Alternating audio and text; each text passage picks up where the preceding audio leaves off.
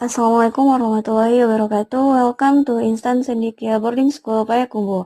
Hari ini kita akan belajar sejarah Indonesia bersama Ustazah Novita Jaya. Nah, semoga Anda semua senang belajar sejarah hari ini secara daring ya. Next.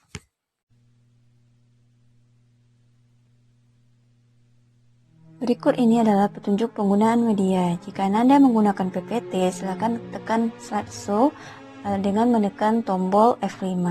Next. Anda semuanya, hari ini kita akan belajar konsep berpikir sinkronis dan diakronis ruang dan waktu dalam sejarah. Next.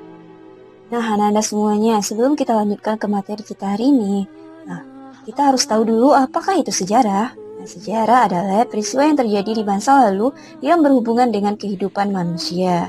Jadi dapat kita simpulkan, apapun yang terjadi di masa lalu yang berhubungan dengan kehidupan manusia itu disebut sejarah. Nah, jika tidak berhubungan dengan kehidupan manusia, maka itu bukan sejarah. Dan apakah menurut Anda semuanya manfaat yang kita pelajari dari sejarah? Salah satu manfaat sejarah itu sebagai sumber inspirasi. Nah, kita dapat belajar dari tokoh-tokoh di masa lalu bagaimana mereka memperjuangkan Indonesia tanpa pandang jasanya, tanpa pandang biayanya. Nah, kita bisa belajar dari keberanian mereka. Hari ini kita dapat belajar dari mereka sehingga kita lebih berani untuk menjaga nama baik bangsa kita dan mengukir prestasi. Nah, untuk manfaat lainnya bisa Anda cari di internet atau bukunya ya. Jadi, menurut Anda, apakah kita tidak bisa move on kalau kita belajar sejarah? Pikirkan ya. Next. Pengertian sejarah secara etimologi atau bahasa. Nah, sejarah secara etimologi atau bahasa itu berasal dari bahasa Arab syajaratun yang berarti pohon atau silsilah. Nah, kenapa diibaratkan dengan pohon? Pohon itu kan ada batang, ada akarnya. Jadi silsilah keluarga itu dari batang sampai ke akar-akarnya. Begitulah silsilah keluarga. Nah, contohnya silsilah Nabi kita yaitu Nabi Muhammad SAW, dan silsilah yang paling kecil adalah silsilah keluarga kita. Nah, coba Anda semua tanyakan ke orang tuanya apakah silsilah keluarganya ya. Nah, selanjutnya itu dalam bahasa Yunani. Anda tahu Yunani ini daerah mana? Ya benar, ini daerah di Eropa ya. Nah, dalam bahasa Yunani yaitu historia yang artinya belajar dengan cara bertanya. Jadi sejarah dapat kita artikan dari berbagai bahasa. Dalam bahasa Inggris juga ada nanti ya. Coba cari tahu. Nah, next.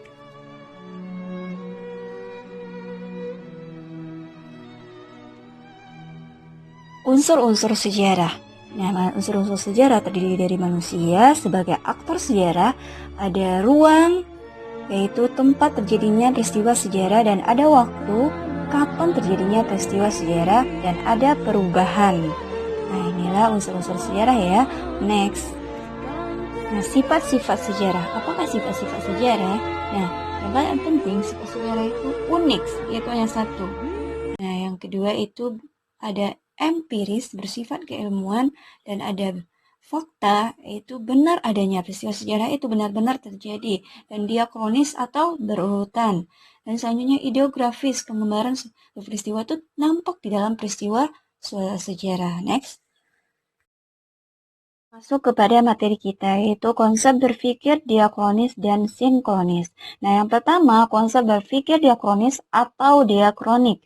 Nah, di dalam bahasa Yunani, diakronis ini berasal dari kata dia, yang artinya melintasi, dan kronos yang artinya perjalanan waktu ya. Nah, jadi dapat kita simpulkan, diakronik adalah mempelajari suatu peristiwa sejarah berdasarkan perjalanan waktu. Nah, jadi kalau kita belajar sejarah secara diakronik itu berdasarkan perjalanan waktu. Harus ada waktunya secara berurutan, itu diakronik. Nah, contohnya ada di Indonesia seperti dapat kita lihat ada demokrasi liberal di Indonesia, selanjutnya ada demokrasi terpimpin, ada Orde Baru, masa Soeharto, ada reformasi, nanti ada masa SB Habibie, dan masa presiden lainnya itu mempelajari peristiwa sejarah secara diakronik. Nah, Jadi, diakronik dapat kita artikan juga yaitu perkembangan aktivitas manusia dari kita lihat berdasarkan waktu terjadinya. Next.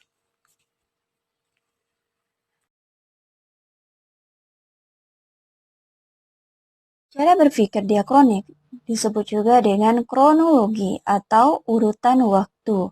Jadi kita mempelajari sejarah itu berdasarkan urutan waktu. Nah, sifat dari diakronik ini adalah dia itu meluas dalam waktu. Dan jadi kalau kita mempelajari sejarah, ada urutan waktunya itu disebut dengan diakronik. Dan tidak lompat-lompat. Nah, kalau lompat-lompat itu bukan diakronik namanya. Misalkan, kalau kita mempelajari sejarah dari tahun 1945, 1950, 1955, 1960, itu sejarah diakronik. Tapi kalau kita pelajari dari 1960 lanjut ke tahun 2000, itu bukan diakronik. Nah, jadi, kalau kita belajar sejarah secara diakronik ini harus memikirkan apakah sebab terjadinya, apakah sebab dan apakah akibatnya, itu diakronik. Dan peristiwa sejarah yang dipelajari secara diakronik ini juga selalu mengalami perubahan dan mengikuti perkembangan manusia atau masyarakat. Next. Contoh-contoh peristiwa sejarah yang bersifat diakronik.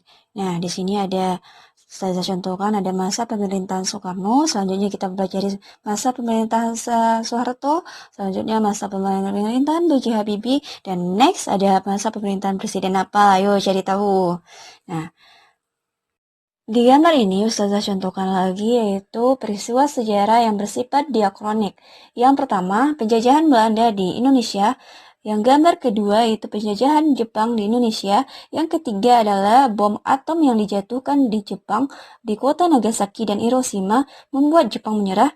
Yang keempat adalah kemerdekaan Indonesia yang terjadi karena kejatuhan Jepang. Next. Itulah peristiwa-peristiwa sejarah yang bersifat diakronik. Nah, Anda juga bisa cari contoh yang lainnya. Next, slide berikutnya. Yang B, konsep berpikir sinkronik. Nah, sinkronik menurut Kunto Wijoyo adalah sejarah akan bersifat sinkronik apabila bersentuhan atau berinteraksi dengan ilmu lainnya seperti ilmu sosiologi, antropologi, politik, ekonomi, dan ilmu sosial lainnya. Nah, dapat kita simpulkan kalau kita belajar sejarah secara sinkronik itu berarti belajar sejarah meluas dalam ruang atau tempat terjadinya dan menyempit atau terbatas dalam waktu. Nah, apakah itu contohnya ya? Kita belajar sejarah reformasi Indonesia dalam bidang ekonomi, sosial, budaya, dan politik tahun 1998. Nah, jadi terbatas pada tahun 1998. Nggak ada lanjutannya lagi. Nah, yang kedua itu kita pelajari lagi contohnya sejarah ekonomi Indonesia pada masa Orde Baru. Nah, terbatas dalam bidang ekonomi saja. Nah, bagaimana perekonomian kita? Nah, ini akan memerlukan ilmu ekonomi atau ilmu sosial lainnya. Ini contoh dari sinkronik. Sementara diakronik tadi Anda tahu kan? Diakronik itu berlanjut dia waktunya. Itu dinamakan diakronik atau berurutan waktu. Sementara sinkronik waktunya terbatas. Ini sinkronik. Dan next. Nah, tadi kalau saya contohkan peristiwa sejarah yang bersifat sinkronik. Nah, gambar pertama adalah ekonomi Indonesia pada masa Soeharto. Jadi kita mempelajari sejarah ekonomi Indonesia masa Soeharto di berbagai wilayah Indonesia, yaitu di Sumatera, Jawa, Kalimantan, Sulawesi, dan Papua. Tetapi dalam ruang lingkup waktu masa Soeharto saja. Ini peristiwa sejarah bersifat sinkronik. Nah, terbatas dalam waktu, yaitu masa Soeharto saja, tetapi meluas dalam ruang atau tempat di berbagai wilayah Indonesia. Selanjutnya, gambar kedua yaitu ada peristiwa reformasi. Reformasi tahun 1998 itu terjadi di berbagai wilayah Indonesia atau berbagai daerah atau tempat di Indonesia, tetapi terbatas di dalam waktu yang sama, yaitu 1998 mahasiswa melakukan demonstrasi di seluruh wilayah Indonesia. Itu disebut dengan peristiwa sejarah yang bersifat sinkronik, meluas dalam ruang, dan menyempit dalam waktu terbatas. Next. Ini saya jabarkan beberapa cara berpikir sinkronik ya. Nah, coba Ananda baca dan Ananda pelajari untuk slide-slide yang ini dan slide berikutnya ya. Nah, silakan dipelajari. Next. Slide ini Ustazah jabarkan bagaimana perbedaan konsep sinkronis dan diakronik. Pada dasarnya perbedaannya terlihat dari kalau sinkronis apa tadi? Yaitu meluas dalam ruang dan dia itu melibatkan ilmu bantu lainnya di ilmu sosial seperti ada geografi, ada sosiologi, ada politik, ada ekonomi, dan antropologi. Dan dia bersifat terstruktur seperti contoh-contoh saya berikan tadi. Dan statis, dia itu hanya berada di waktu yang sama di situ saja. Dan dia tidak dinamis dan tidak berubah. Oke, nah next ada diachronics. Kita lanjut ke slide berikutnya. Di slide berikutnya, Ustazah tampilkan apa dari kesimpulan dari diakronis dan sinkronis. Silakan Ananda baca ya, dan juga Ananda juga bisa buat kesimpulan apa itu diakronis dan apa itu dia sinkronis menurut bahasa Ananda sendiri. Silakan dicatat di buku catatannya Entik waktu sekolah. Silakan dikumpulkan. Nah, lanjut.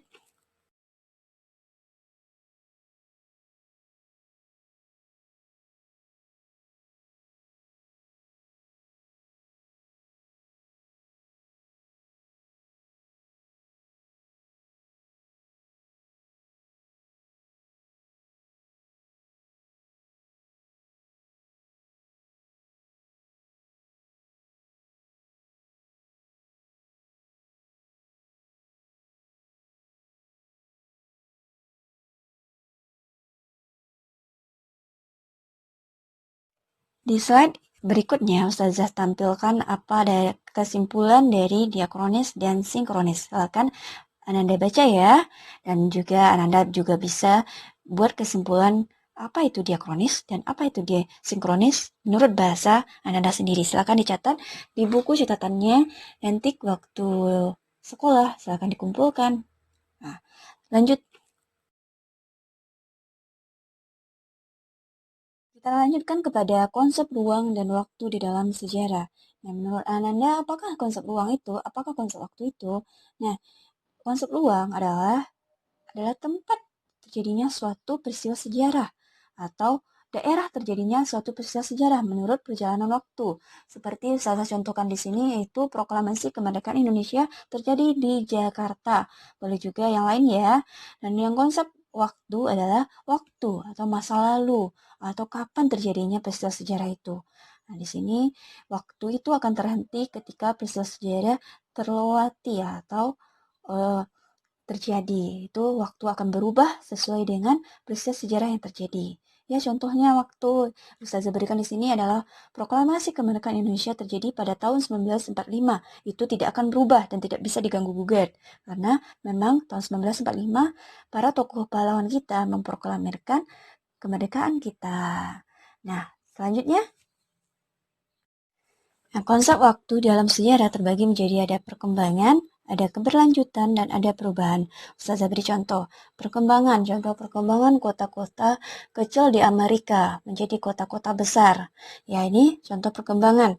Yang kedua ada keberlanjutan.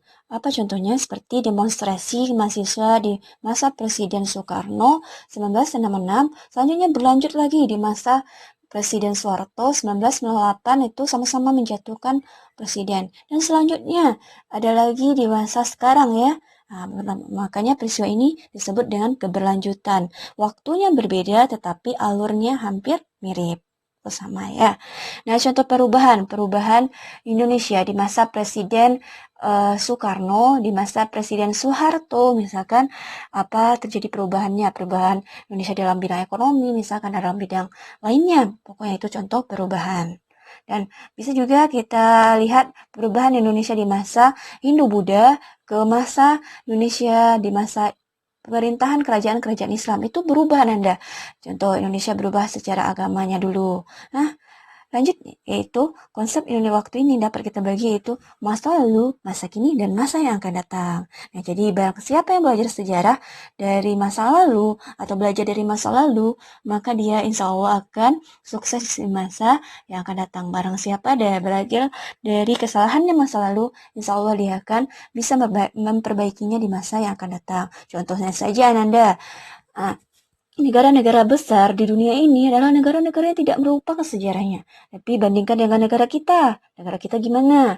Nah, contohnya, saya berikan negara Jepang. Negara Jepang itu besar sampai hari ini adalah karena dia tidak melupakan sejarahnya. Itu juga dengan Cina. Cina menguasai dunia hari ini karena dia membangkitkan sejarahnya di masa lalu. Dia pernah menguasai dunia di masa dinasti-dinasti dulu. Hari ini Cina juga hampir menguasai dunia dalam bidang ekonominya. Benar atau tidak? Nah, bagaimana dengan negara kita? Apakah Ananda semua mau melupakan sejarah? Nah, kembali lagi kepada diri Ananda. Kalau Ananda mau sukses, maka jangan sekali-sekali melupakan sejarah. Seperti kata Soekarno, jas merah. Jangan sekali-sekali melupakan sejarah. Sekian materi kita hari ini. Ustazah ucapkan banyak maaf kalau ada kesalahan ya. Nah, media pembelajaran ini masih banyak kekurangannya. Insya Allah di waktu berikutnya Ustazah akan memperbaiki beberapa kekurangan. Nah, semoga bermanfaat untuk Ananda semuanya. Dan Assalamualaikum warahmatullahi wabarakatuh. Thank you.